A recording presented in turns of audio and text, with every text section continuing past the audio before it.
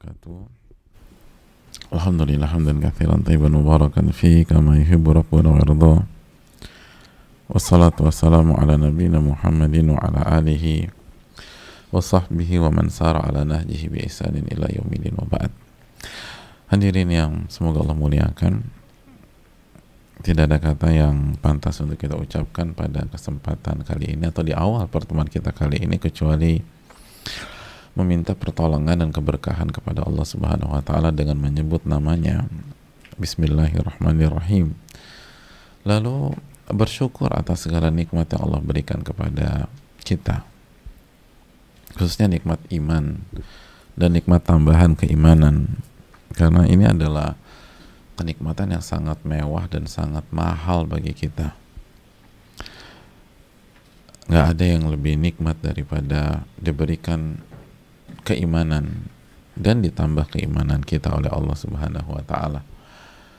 Karena itulah kunci kebahagiaan di dunia maupun di akhirat, dan kunci semua solusi dari problematika kehidupan kita. Karena uang tidak bisa membeli semuanya, hadirin. Jaringan yang luas, network itu nggak akan bisa beli kebahagiaan. Sebagaimana kekuasaan itu gagal dalam mewujudkan banyak hal, tapi iman itulah yang mempersembahkan kebahagiaan sejati di dunia maupun di akhirat. Oleh karena itu, marilah kita bersyukur kepada Allah Subhanahu wa taala. Sebagaimana salawat dan salam semoga senantiasa tercurahkan kepada junjungan kita Nabi kita Muhammadin alaihi salatu wassalam beserta para keluarga, para sahabat dan orang-orang yang istiqomah berjalan di bawah naungan sunnah beliau sampai hari kiamat kelak. Hadirin Allah muliakan, kita sampai di penggalan terakhir dari hadis ini, dan lagi-lagi setiap penggalan itu mengandung makna yang sangat dalam, sangat kuat, dan menjadi pondasi dan dasar dari kehidupan. Bukan dalam waktu 1-2 tahun, tapi seumur hidup seorang hamba. Nabi SAW menutup nasihat beliau kepada Abdullah bin Abbas dengan menyatakan, wa anna ma'al usri yusra. Wa anna ma'al usri yusra. Ketahuilah nak, bersama kesulitan itu ada kemudahan. Bersama kesulitan itu ada kemudahan. Wa anna ma'al usri yusra. Hadirin Allah muliakan, nasihat Nabi SAW ini mengingatkan kita pada beberapa ayat di dalam Al-Quranul Karim. Contohnya surat At-Talaq ayat 7. Ketika Allah berfirman, sayaj'alullahu ba'da usri yusra. Allah mengatakan liyunfiq dzu sa'atin min sa'atih. Hendaknya seseorang itu menginfakkan sesuai dengan kemampuannya. Dan orang yang disempitkan rezekinya hendaknya memberikan nafkah dari harta yang diberikan Allah Subhanahu wa taala kepadanya. Dan Allah tidak memikulkan beban kepada seseorang melainkan sekedar apa yang Allah berikan kepadanya. Jadi masih sesuai kemampuan hamba tersebut. Masih sesuai kemampuan hamba tersebut. Lalu berikutnya apa? Baru Allah mengatakan, saya ja'alullah ba'dal usri yusra. Dan Allah Subhanahu wa taala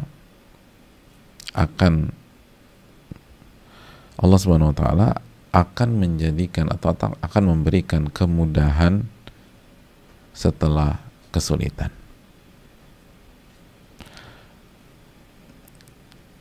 Jadi setiap kesulitan itu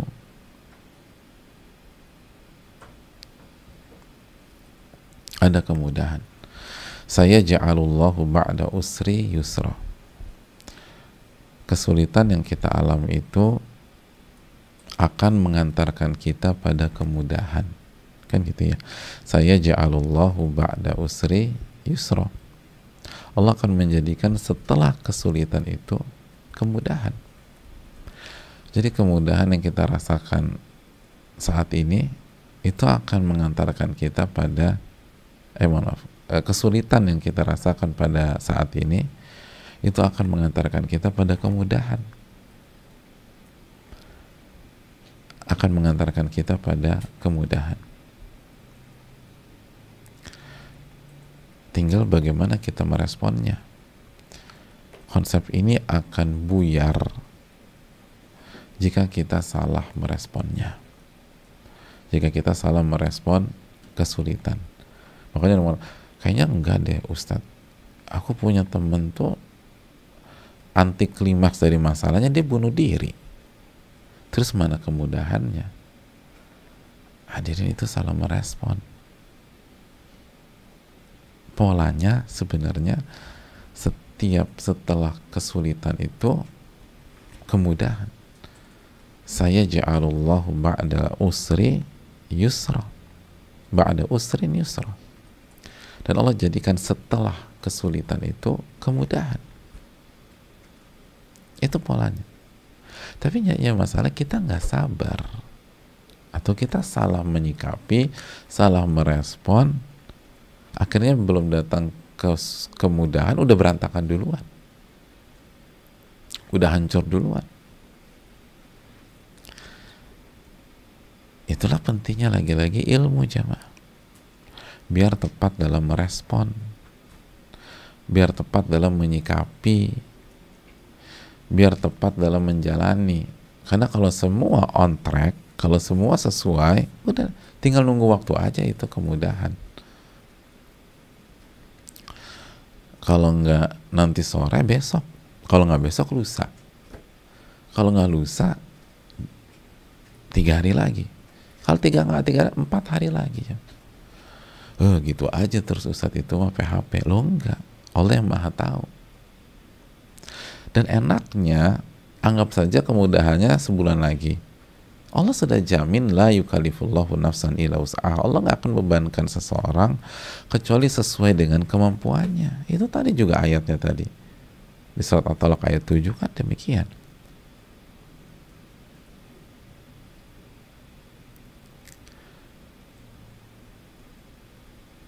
Ayat surat At-Talaq 7 kan bicara tentang nafkah. Liyunfiq dzu sa'atin min sa'atih. Hendaknya orang yang punya kelapangan harta itu memberikan nafkah sesuai dengan kemampuannya. Tapi kalau yang sedikit hartanya, ya sudah sesuai kemampuannya. Allah tidak bebankan seseorang kecuali sesuai dengan apa yang Allah kasih. Jadi kalau Allah kasih kekuatan dengan angka, misalnya angka 70%, ya udah bebannya mentok-mentok 70%. Nggak mungkin 71%. Kalau Allah kasih kita kemampuan 60%, ya bebannya 60% aja. Nggak mungkin 60,5%. Mentok-mentok 60%. Lalu Allah katakan, saya ja'alullahu ba'da usri yusra. Allah akan jadikan kemudahan setelah kesulitan. Jadi semua tuh udah ada takarannya, udah ada kadarnya. Nah, tapi kan manusia suka mendramatisir. Bukan berat, dia mendramatisir. Jadi seolah-olah tuh di atas kemampuannya. Aku udah nggak sanggup. Yang bilang nggak sanggup tuh siapa, Mas? Gitu. Nggak ada yang bilang nggak sanggup kecuali diri Anda sendiri. Nggak ada yang bilang udah nggak sanggup kecuali ucapan Anda sendiri. Tapi memang ketika kita tidak tahu ilmunya, kita tidak tahu ayat atau hadisnya, itu yang membuat kita terpelosok. Akhirnya alih-alih sampai ke tujuan, justru muter-muter gitu.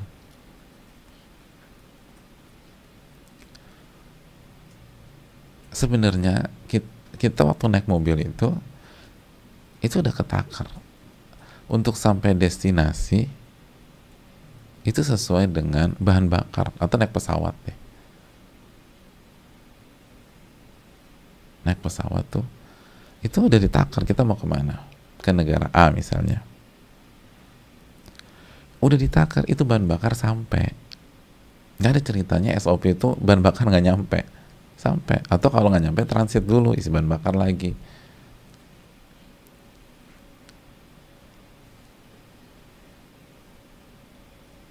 Jadi pada dasarnya itu sesuai dengan kemampuan kita. Tapi yang jadi masalah kalau kita nyasar, akhirnya bahan bakarnya habis di jalan, udah nggak sampai destinasi, nggak ada pom bensin pula, kehabisan bahan bakar, terus nggak diisi tuh bahan bakar, kehabisan ilmunya nggak diisi-isi, diajak kajian nggak datang, diajak belajar malas, ya habis lah, tenaga kita habis. Iman itu bertambah berkurang kan begitu, bertambah dengan ilmu dan amal. Kan itu surat Al-Anfal ayat 2. Innamal mu'minuna alladzina idza dzukirallahu wajilat qulubuhum wa idza tuliyat 'alaihim ayatuhu zadatuhum imana. Orang-orang beriman itu adalah orang-orang yang apabila disebutkan nama Allah itu hatinya bergetar, dan apabila dibacakan ayat-ayat Allah itu imannya bertambah. Imannya bertambah.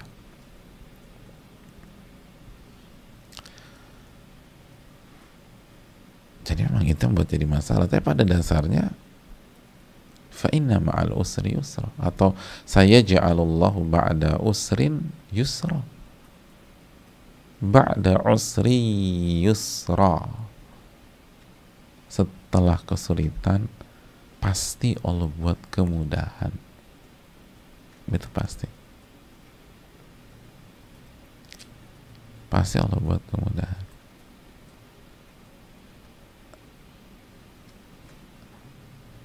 Setelah pekatnya kegelapan malam pasti ada sinar matahari pagi.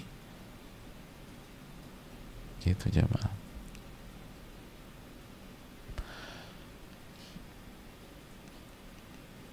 Oleh karena itu, ini pentingnya ilmu, ini pentingnya kajian. Ingat, yang membuat kita gagal tuh bukan ujiannya, tapi nggak tahu ilmunya, kan gitu ya. Masih ingat ayat yang suka kita bawakan, wa kaifa tasbiru ala ma lam tuhit bihi khubra. Surat apa tuh? Dan bagaimana Anda bisa sabar sedangkan Anda nggak tahu ilmunya? Surat Al-Kahfi ayat 68. Jadi jamaah yang Allah muliakan,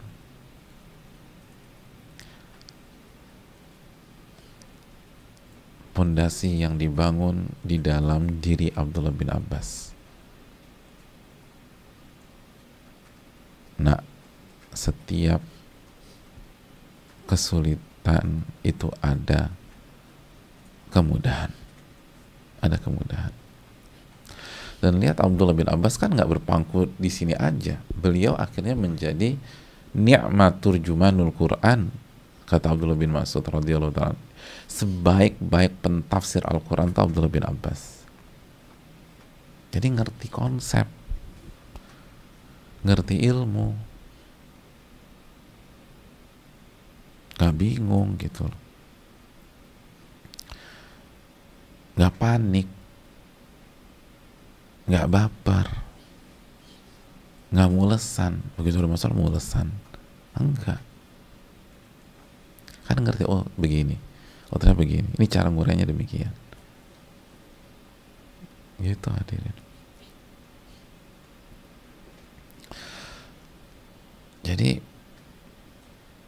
nah ini luar biasa sekali lah, Nabi SAW menanamkan konsep kepada para sahabatnya, dan pada hadis ini ke sahabat ciliknya sekaligus sepupu cilik beliau SAW, Abdullah bin Abbas. Jadi sekali lagi, Allah itu akan memberikan kemudahan setelah kesulitan. Jadi akhir dari kesulitan itu kemudahan, jamaah. Tinggal masalah waktu. Dan enaknya Allah nggak zolim. Beda kalau kita berinteraksi dengan manusia, bisa jadi kemampuan kita cuma sampai besok, dia nggak ada besok, adanya baru 3 hari lagi, dia keluar kota lah. Padahal kemampuan kita tinggal buat besok, sampai besok aja nih. Tapi kalau Allah enggak, la yukallifullahu nafsan illa wus'aha. Itu jemaah.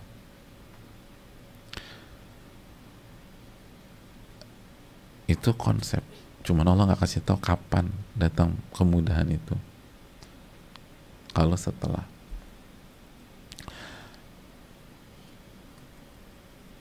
Tapi pasti setelah kemudahan, setelah kesulitan pasti kemudahan.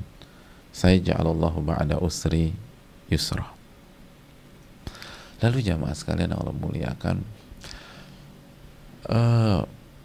sebagaimana pesan ini juga mengingatkan kita dalam ayat yang lebih familiar di telinga kita sebagai orang awam. Kenapa? Karena 2 ayat ini ada di juz 30. Surat apa? Surat An-Insyirah atau surat Asy-Syarah ayat 5 dan 6. Ketika Allah berfirman, fa inna ma'al usri yusra. Inna ma'al usri yusra. Sesungguhnya bersama kesulitan ada kemudahan.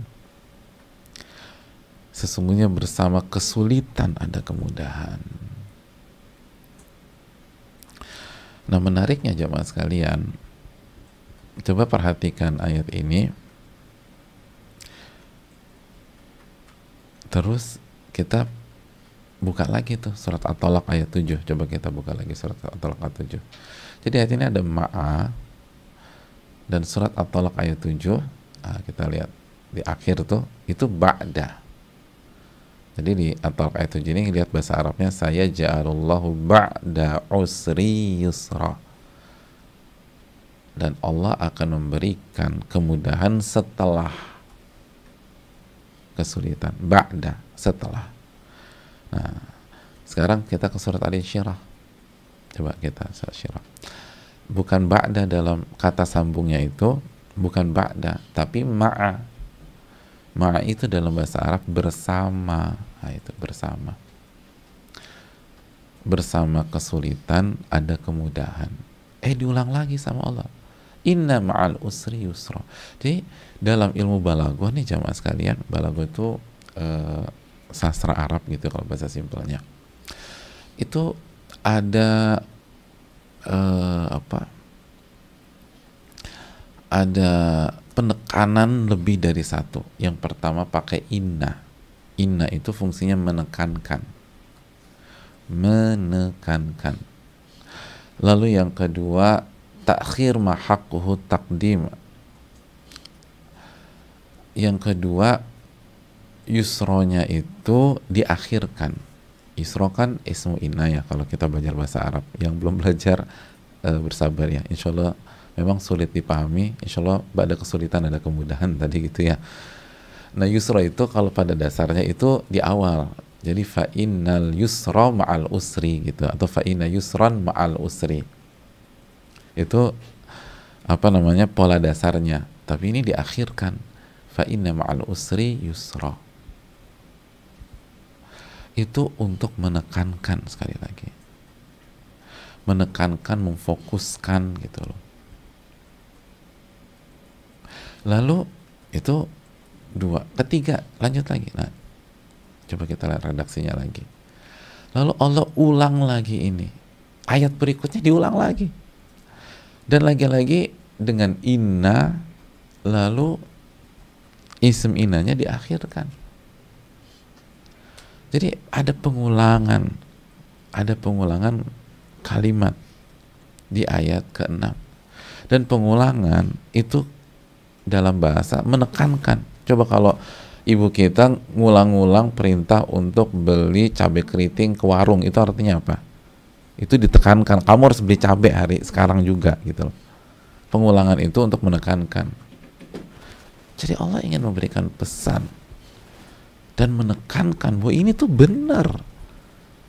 Bersama kesulitan ada kemudahan. Jadi kemudahan itu jamaah sekalian, itu bersama kesulitan dan setelah kesulitan. Surat At-Talaq tadi ba'da, setelah. Surat Al-Insyirah ma'a, bersama. Bersama.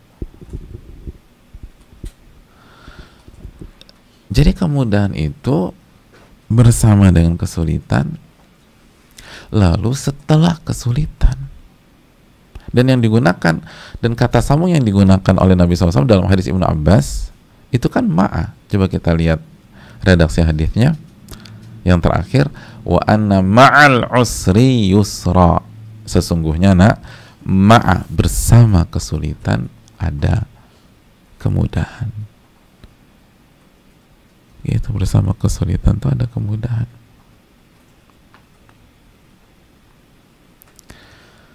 Subhanallah, jadi ini luar biasa jamaah sekalian. Bersama kesulitan ada kemudahan.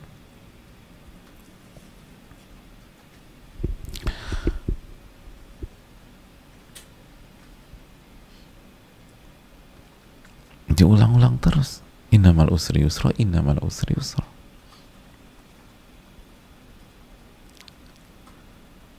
Subhanallah. Jadi dalam sebuah kesulitan itu ada banyak, ada lebih dari satu kemudahan.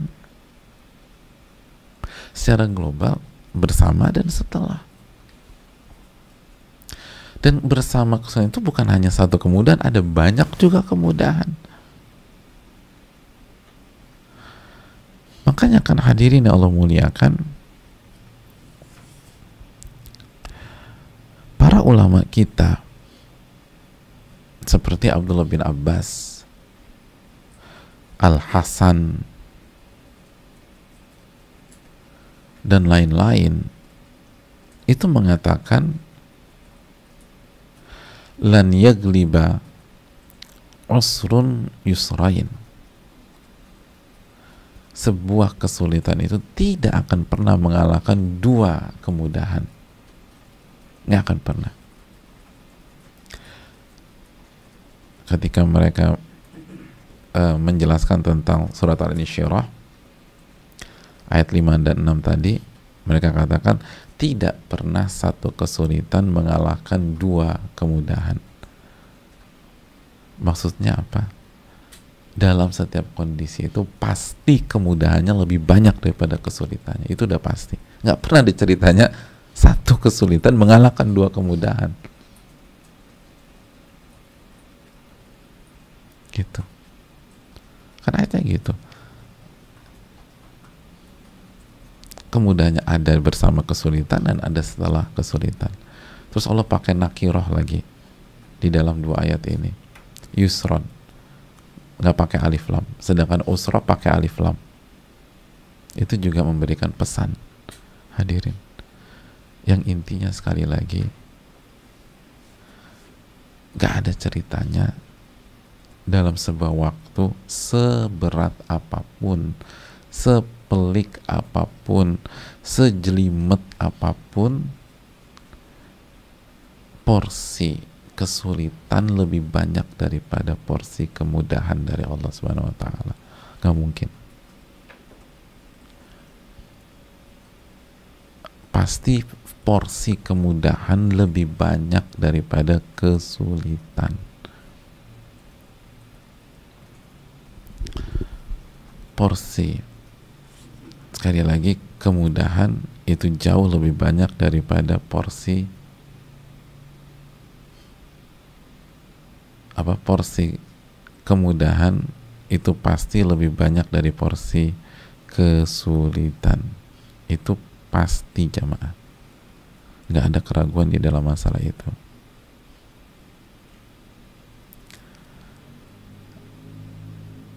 Satu kesulitan nggak mungkin mengalahkan dua kemudahan. Jadi dalam setiap kondisi, mau pandemi, mau hasil swab kita positif, mau orang tua kita lagi sakit atau sedang diisolasi, pasti kemudahannya lebih banyak daripada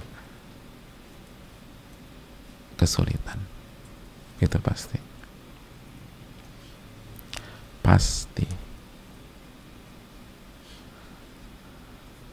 Makanya jamaah sekalian, yang membuat kita terpuruk itu bukan kondisi, bukan, tapi iman kita kurang, ilmu kita kurang, sehingga salah merespon,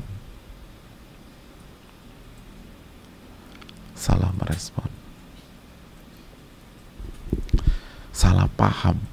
Orang kalau salah paham bisa berantakan loh,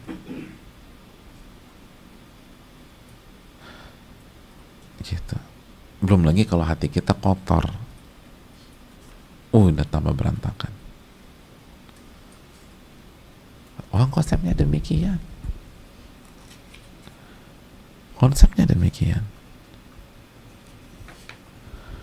Dan lagi-lagi konsep ini disampaikan ke anak kecil, jamaah, ke anak kecil. Nah, bersama kesulitan itu ada kemudahan.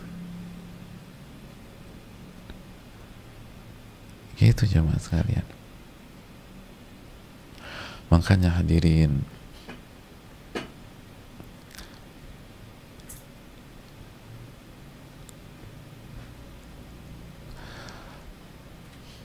sekali lagi, yang membuat kita tersiksa itu bukan kondisi kita, tapi kesalahan dalam merespon. Dan di antara kesalahan fatal dalam merespon kondisi adalah buruk sangka kepada Allah Subhanahu wa ta'ala. Su'udzon. Itu yang tambah membuat kondisi kita jelimet, berantakan.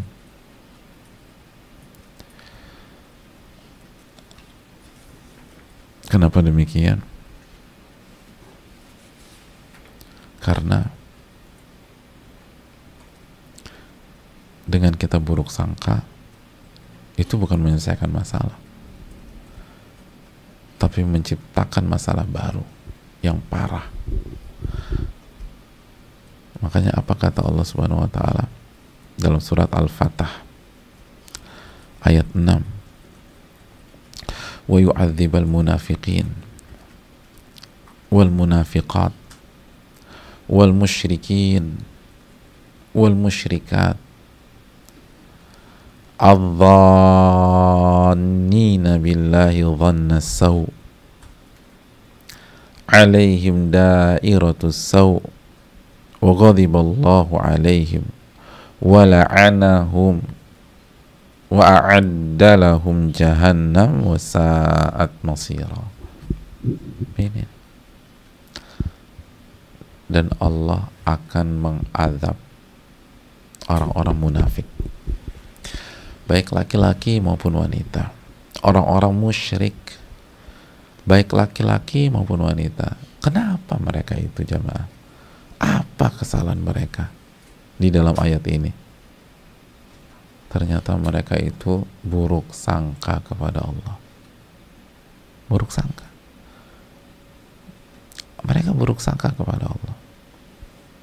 Allah udah bilang bersama kesulitan ada kemudahan, masih buruk sangka. Ini bahaya kena ayat ini nih. Dan itu bukan sifat orang-orang beriman, sifat orang-orang musyrik dan munafik. Apa yang terjadi berikutnya? Mereka akan mendapatkan kebinasaan yang sangat buruk. Alaihim dairatus saw. Jadi keburukan yang mereka sangkakan kepada Allah itu akan berbalik menyerang mereka sendiri. Wa ghadiballahu alaihim, dan Allah murka kepada mereka. Wa la'anahum, dan Allah laknat mereka. Wa a'adda lahum jahannam, dan Allah siapkan api neraka jahanam untuk mereka. Wa sa'at masir, dan itu seburuk-buruk tempat kembali. Buruk sangka. Buruk sangka. Kita yang nggak ngerti, yang kita salahin Allah. Kita yang nggak bisa membaca kemudahan-kemudahan yang Allah berikan, yang kita marahin Allah. Allahu Akbar. Loh, Allah udah kasih banyak kemudahan di saat kita merasakan kesulitan. Konsepnya udah jelas, nggak ada ceritanya dalam kondisi kesulitan yang lebih dominan tuh nggak ada. Pasti kemudahan lebih banyak porsinya. Lan yagliba al-usru yusrain. Tidak akan pernah kesulitan mengalahkan kemudahan.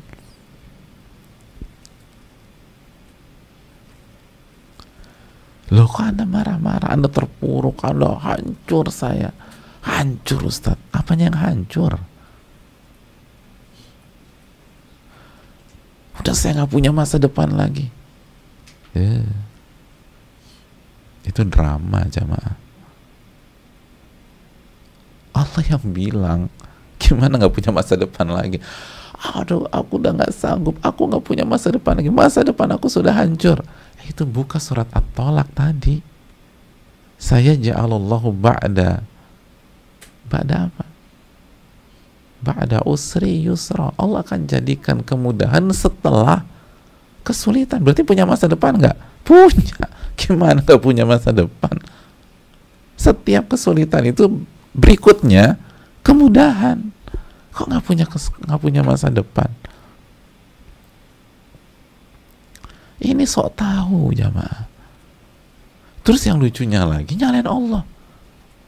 Saya udah sholat, saya udah berhijab, kenapa begini? Lah, ini suudzon. Suudzon bukannya dapat pertolongan, dapat azab kata Allah tadi. Wa yu'adzibal munafiqin wal munafiqat wal musyrikin wal musyrikat adh-dhannina billahi dhanna saw. Allah kan azab.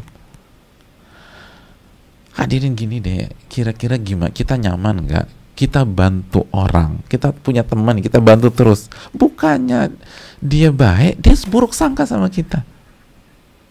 Gimana perasaan kita? Nah, kok kita gituin Allah Subhanahu wa Ta'ala? Kita aja nggak mau disikapi gitu. Pantaskah kalau kita sikapi Allah seperti itu? Adapun kepiluan itu karena kita nggak bisa baca kemudahan-kemudahan tersebut, tidak bisa mendeteksi kemudahan-kemudahan tersebut, tidak bisa melihat kemudahan-kemudahan tersebut. Kenapa?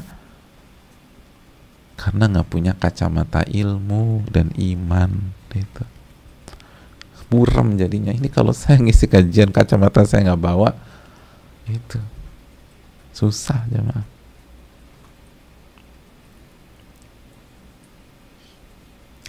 Kacamata tuh penting. Itu kalau saya udah nggak pakai, contohnya kalau saya dan teman-teman yang lain yang minus-minus ini, kacamata hilang aja udah setengah mati.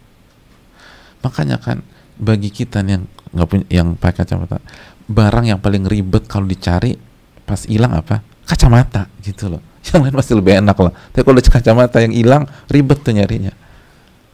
Makanya saya pernah dapat nasihat dari seorang ustadz, kacamata tuh dua. Yang pertama kita pakai untuk melihat dan mencari semua hal. Yang kedua kacamata untuk mencari kacamata yang hilang gitu loh. Jadi kalau nggak pakai kacamata ribet nyari kacamata. Ini kalau kita nggak pakai kacamata ilmu dan iman, udah nggak kelihatan, udah buram semuanya, udah buram, gelap udah. Padahal kemudahan di mana-mana.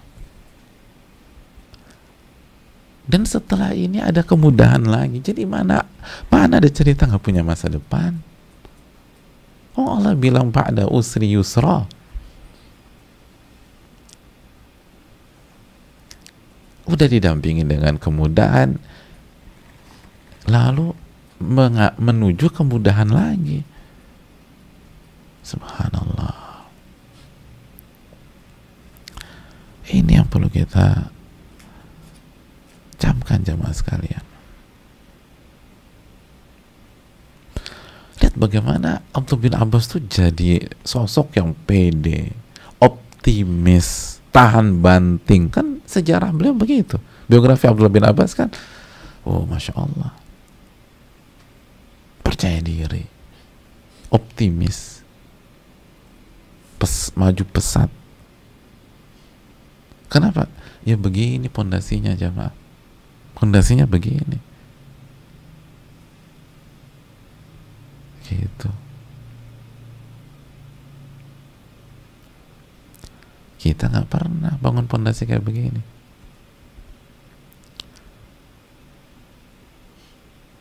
Abdullah bin Abbas, iman, akidah, tauhid dimasukkan jamaah. Begini mantap, masya Allah. Hadirin,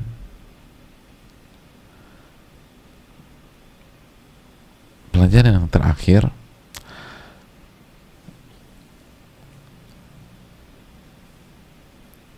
ketika Allah menjanjikan kemudahan bersama dengan kesulitan dan setelah kesulitan, itu jangan pernah dipahami secara sempit jamaah. Jangan pernah dipahami secara sempit. Jangan selalu dipahami bahwa kemudahan itu selalu bersifat material, bersifat fisik, bersifat duniawi. Betul, di antara kemudahan yang Allah kasih itu secara duniawi, secara materi. Tapi jangan hanya diarahkan, ditafsirkan hanya dengan cara seperti itu. Terlalu sempit, terlalu kerdil, dan terlalu murah juga. Terlalu murah.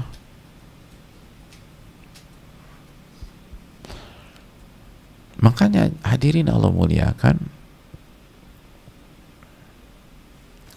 Al-Imam Ibnu Rajab ketika menutup buku beliau tentang hadis ini, beliau kan menutupnya dengan, diantara penutupan beliau atau materi-materi akhir beliau, tentang kemudahan dan hikmah apa aja sih ketika kita ada kesulitan. Dan diantara yang beliau sampaikan adalah tadzakurul abdi bidzunubihi. Di antara kemudahan yang dapat kita rasakan ketika ada kesulitan adalah pada saat kondisi sulit itu, hadirin, kita tuh lebih mudah dan diberikan kemudahan oleh Allah untuk lebih nyadar dosa dan kesalahan kita. Nah, itu kemudahan tuh. Jadi kemudahan bukan hanya sekedar duit jamaah. Kemudahan sadar akan dosa dan kesalahan kita selama ini, yang apabila kita tidak dikasih kesulitan pada hari-hari ini, kita nggak sadar-sadar bahwa ternyata kemarin tuh dosa, selama ini dosa, selama ini maksiat. Dan menyadari dosa itu penting dan kemudahan yang luar biasa. Karena dosalah akar masalah dari semua bencana di dunia dan akhirat. Dosalah akar masalah dari semua kesialan di dunia dan di akhirat. Dosalah yang membuat kita nggak beruntung di dunia dan di akhirat. Sehingga disadarkan akan dosa adalah kemudahan yang sangat besar dari Allah Subhanahu wa taala.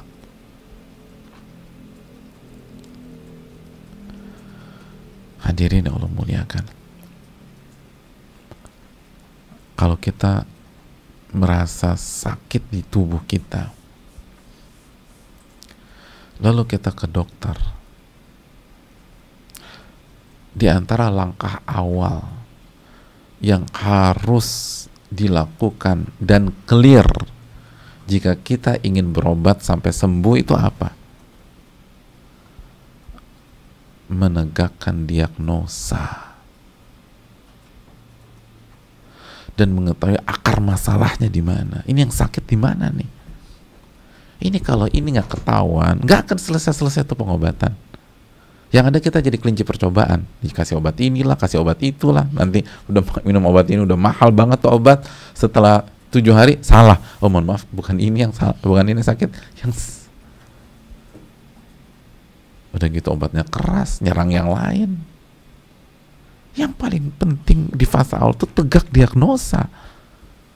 Ini penyakit kita sumbernya di titik mana? Apa yang sakit nih? Kalau itu nggak pernah ketahuan, repot semuanya.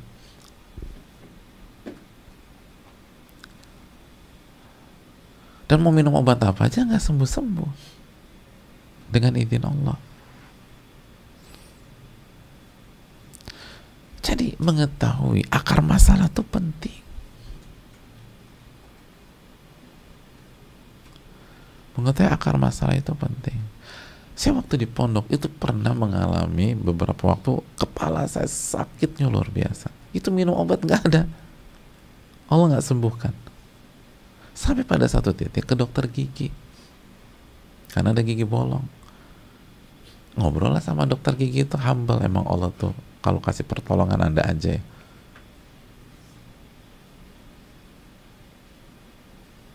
Dan itu menariknya tuh hadirin, nih sekedar cerita. Saya cabut gigi ke dokter gigi. Ya iyalah, masa ke dokter jantung ya. Saya cabut gigi ke dokter gigi. Dokter gigi yang pertama itu ngerjainnya nggak rapi. Baru cuma cabut nambelnya.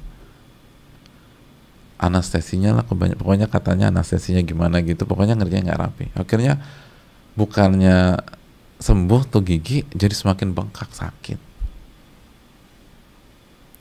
Padahal udah yang bolong tuh udah ditambel,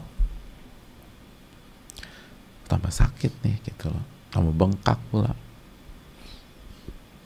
Akhirnya second opinion, pindahlah ke dokter gigi yang lain, dan nggak pernah ke dokter ini ya karena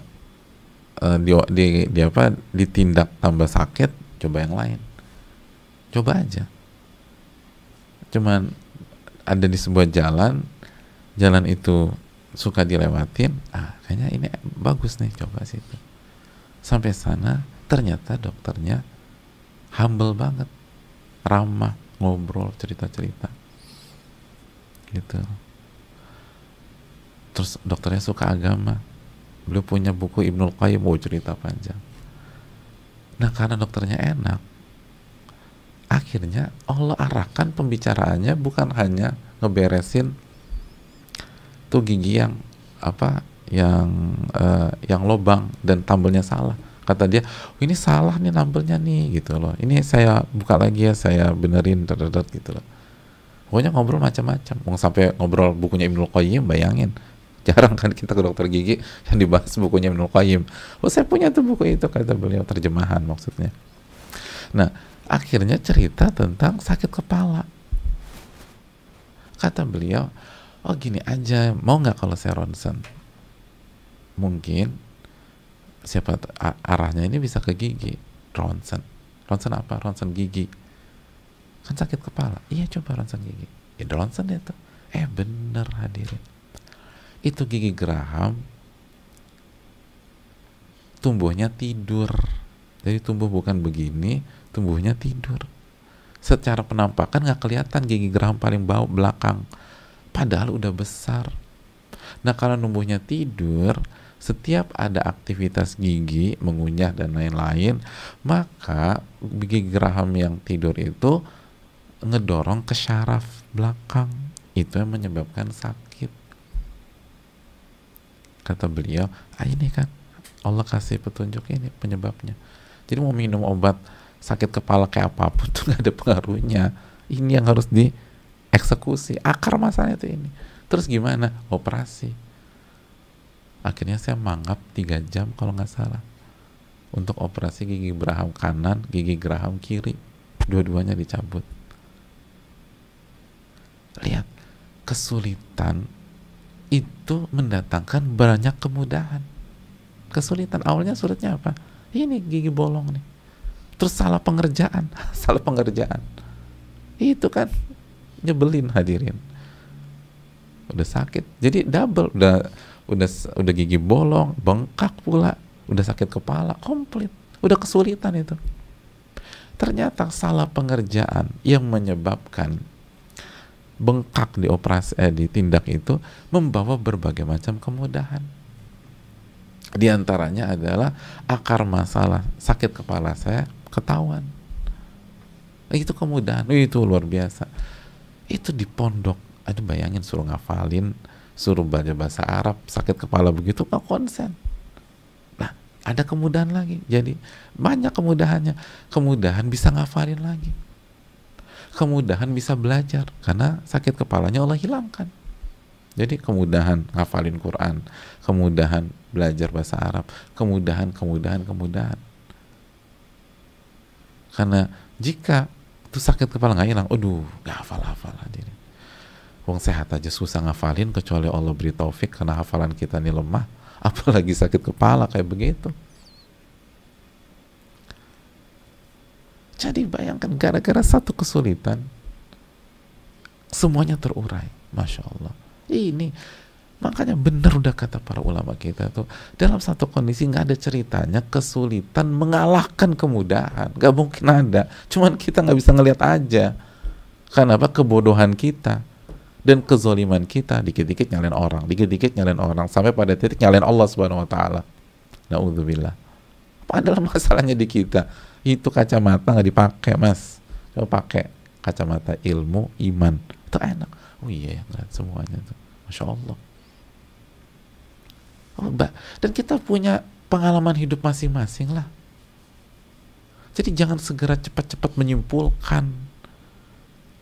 Jangan cepat-cepat aku mundur aja. Nggak bisa. Gimana nggak bisa? Coba dulu. Wah, hancur pandemi ini, berantakan. Oh, sabar dulu.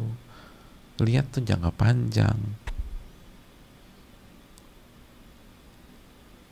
Di tengah-tengah pandemi banyak kemudahan. Setelah pandemi pasti banyak kemudahan. Itu janji Allah. Cuman karena kita salah, berantakan semua. Coba jujur deh. Betapa banyak di antara kita yang kalau ditanya lagi akan mengatakan bahwa Ramadan kemarin tuh Ramadan terbaiknya selama ini. Ini Ramadan pas pandemi itu. Ramadan paling sedikit aksesnya. Tapi justru bagi banyak orang Ramadan kemarin Ramadan terindah. Itu contoh. Bersama kesulitan ada banyak kemudahan.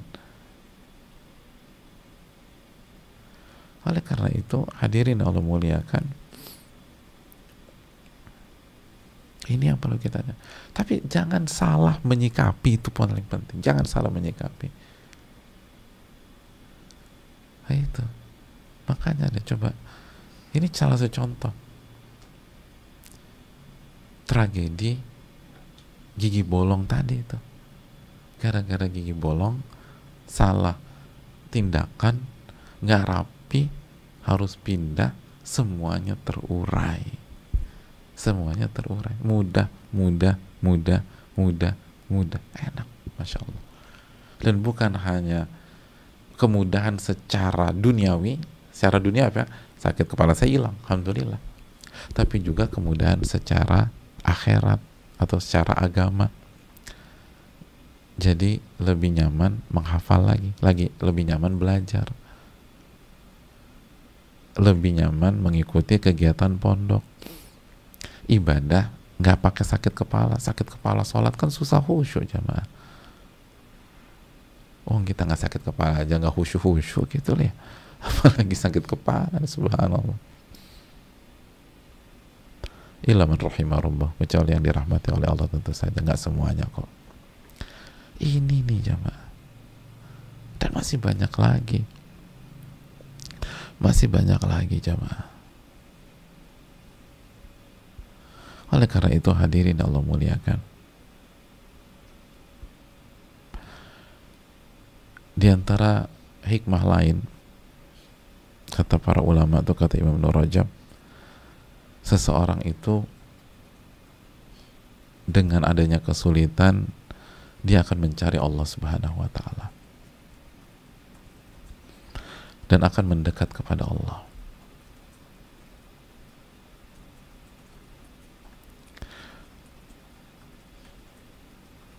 Dan itu kasus banyaknya minta ampun.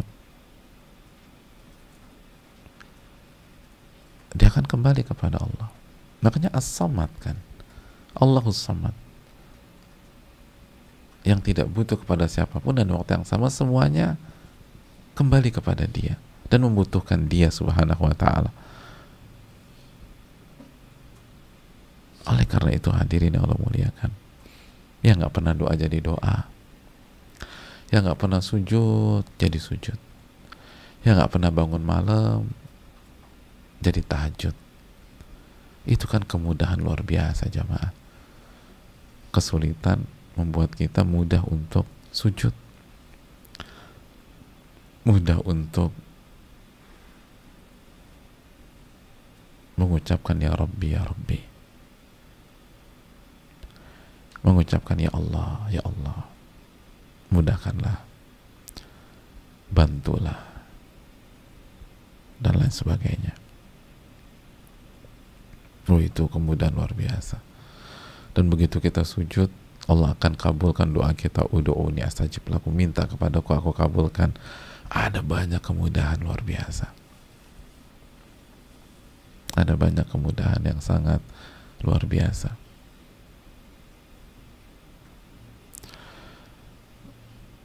Saya tahu ada banyak istri itu menyatakan dalam kondisi lagi susah nih, lagi sulit, tapi mereka bilang, saya malah lebih senang kayak gini Ustadz. Dulu waktu suami saya punya semuanya, hidup kita nih berantem. Suami pulang malam, begitu pulang bawa alkohol, lalu indikasi main perempuannya besar. Sekarang memang kita nggak punya duit, tapi tenang, gitulah. Paling mulut suami bawa kopi Pak Ustadz, gitu. Kalau sekarang mah gak ada bawa alkohol, bawa kopi. Dan bawa kopi kan enak jamaah, gitu lah. Kopi kan paling enak dicium, bukan diminum, gitu. Diminum apa pahit. Jadi terus juga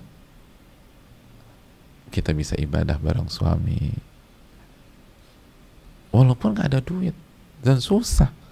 Kata siapa hidup saya gampang Ustadz? Susah, gak ada uang. Tapi saya lebih senang begini, banyak kemudahan. Kemudahan ngobrol sama suami, kemudahan dapat nasihat, kemudahan dulu boro-boro lah. Memang duit gak berseri, tapi gak bisa ngapa-ngapain, gersang. Itu kan kemudahan jamaah sekalian. Emang kita punya banyak materi, tapi ternyata kesulitannya jauh lebih banyak. Jadi itu tadi, bisa jadi yang kita pikir kemudahan karena pola pikir kita materialistis, kita pikir itu kemudahan materi, ternyata bersama kemudahan itu banyak sekali kesulitan akhirat. Ini yang perlu kita camkan.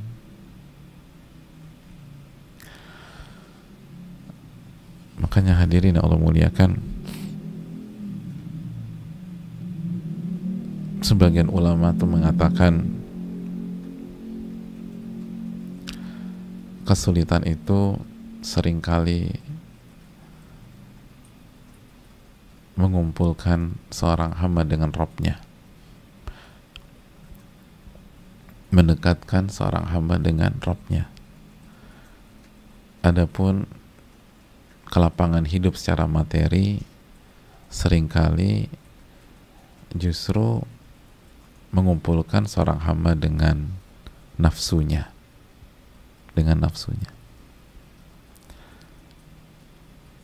dan itu luar biasa. Dan masih banyak lagi kemudahan yang bisa kita dapatkan. Ini yang bisa disampaikan jemaah sekalian, semoga bermanfaat.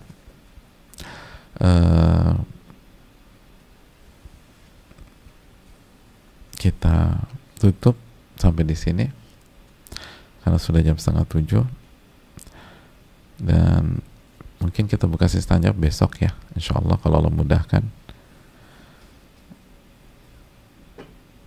Atau satu pertanyaan.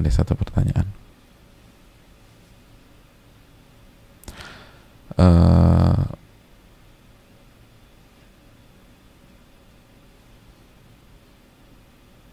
pertanyaannya, ya, ini ada pertanyaan. uh,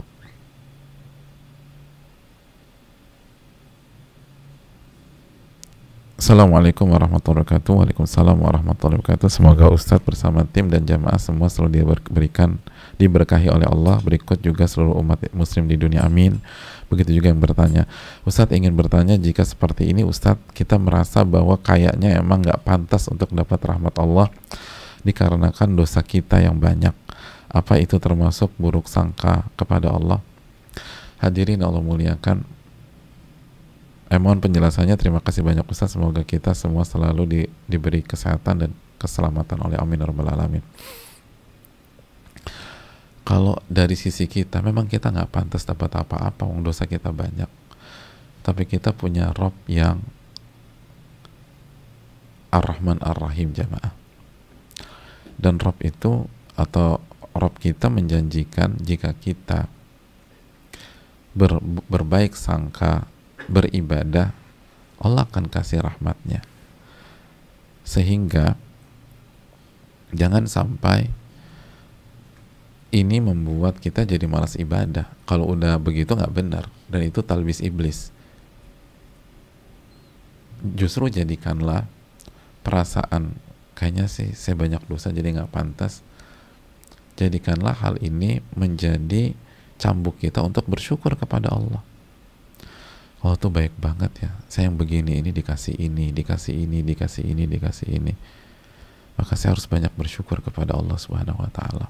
Gitu jemaah. Kan Nabi juga mengatakan, tidak ada seorang pun yang masuk surga dengan amal perbuatannya, tapi dengan rahmat Allah Subhanahu wa ta'ala. Karena amalan kita kayak apa sih hadirin? Gak bisa. Maka kita kejar rahmat Allah Subhanahu wa ta'ala. Ini yang perlu kita ucapkan, dan jadikan diri ini banyak sekali bersyukur kepada Allah. Yang Allah berikan kepada kita sudah sangat amat banyak. Wallahu ta'ala alam bisawab. Berikutnya, qadarullah, Allah uji kami dengan jatuhnya bisnis suami yang menyebabkan kami memiliki banyak hutang. Dan alhamdulillah di saat yang bersamaan ini Allah beri ujian, suami tergoda wanita lain. Yang saya tahu itu kekhilafan suami, karena suami saya ayah dan suami yang sangat baik, imam yang sangat baik, yang saya hormati dan saya cintai. Kondisi bisnis hancur, hubungan dengan wanita lainnya pun alhamdulillah selesai. Tapi Ustadz rasa sakit hati saya masih sering muncul. Meskipun mulut saya berkata saya maafkan, saya ikhlas dan ridho, tapi hati saya selalu menangis. Amalan apa yang saya harus lakukan Ustadz? Suami saya sekarang bertambah baik, zikir tidak pernah berhenti, sholat malam, kepada kami beliau semakin menyayangi. Iya, nah ini salah satu contohnya. Karena kesulitan bisnis hancur, kemudahannya apa? Suami jadi mudah meninggalkan kemaksiatan. Suami jadi mudah meninggalkan hubungan yang haram tersebut. Nah ini kemudahan. Terus lebih mudah berzikir, lebih mudah qiyamul lail, lebih mudah baik sama kita. Nah tapi kan syaitan nggak pernah ingin rumah tangga kita sakinah mawaddah rahmah. Syaitan buat kita kufur nikmat. Harusnya kan kita bersyukur. Maksiat berhenti kan harusnya bersyukur. Kenapa jadi sebel? Suami tambah baik kan harusnya kita bersyukur. Nah dengan kita lupa bersyukur, dan syukur harus dari hati loh, maka Allah akan azabkan. La in syakartum la azidannakum wa la in kafartum inna azabi lasyadid. Kalau kalian bersyukur, aku akan tambah nikmat tersebut. Tapi kalau kalian kufur nikmat, tidak bersyukur, azabku sangat pedih. Ini yang ingin dijebak oleh syaitan, sehingga kita kufur nikmat secara hati. Akhirnya berikutnya bukannya ditambah, malah berantakan semuanya. Lalu yang berikutnya hadirin sekalian, justru kita harus bersyukur kepada Allah bahwa hikmahnya dengan ada kejadian kemarin kita bisa jadi tahu penyakit kita. Penyakit kita.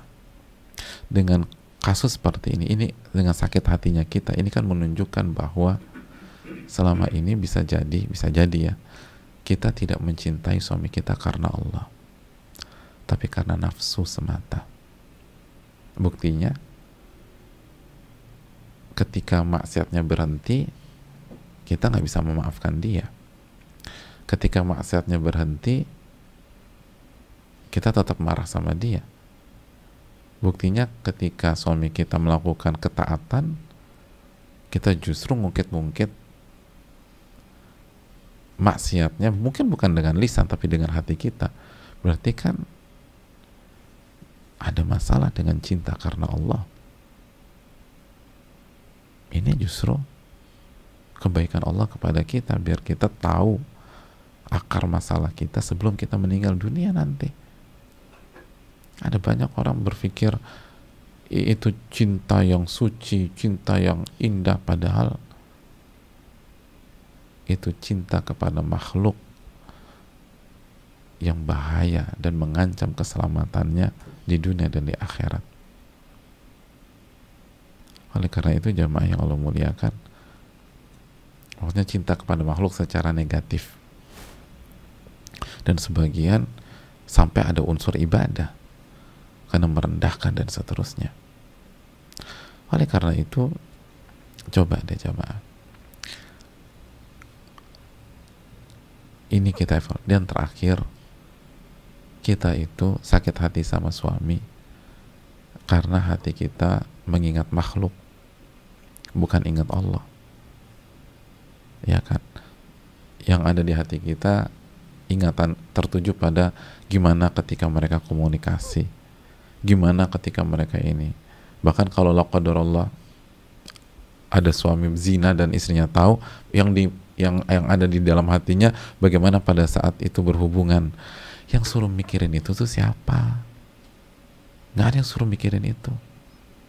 Nggak ada yang suruh nginget-inget itu. Kita tuh disuruh nginget Allah, bukan ingat kejadian-kejadian kayak begitu. Ini semua terjadi karena kita minim dalam mengingat Allah. Karena kalau kita ingat Allah, ala bidzikrillahi tatmainnul qulub, ketahuilah dengan mengingat Allah tuh hati jadi tenang. Surat Ar-Ra'd ayat 28. Jadi ini karena kita melakukan apa yang nggak diperintahkan dan meninggalkan apa yang diperintahkan. Kita diperintahkan mengingat Allah, justru kita tinggalkan mengingat Allah, kita ingat hal-hal tersebut. Ya sakit hati lah. Siapa yang nggak sakit hati kayak gitu? Tapi pertanyaan, siapa yang suruh nginget itu? Nggak ada yang suruh. Dan kita tinggal robah aja. Betul nggak mudah, tapi dilawan. Minta pertolongan kepada Allah. Minta pertolongan. Dan pertanyaan, sejauh mana Anda sudah berusaha mengingat Allah? Kan itu. Sejauh mana kita sudah berusaha mengingat Allah Subhanahu wa ta'ala. Ini yang bisa disampaikan. Semoga kita mendapatkan ilmu yang bermanfaat dan dijauhkan dari ilmu yang tidak bermanfaat, dan semoga Allah menerima amal ibadah kita. Subhanakallah bihamdika asyhadu an la ilaha illa anta astaghfiruka wa atubu ilaik. Assalamualaikum warahmatullahi wabarakatuh.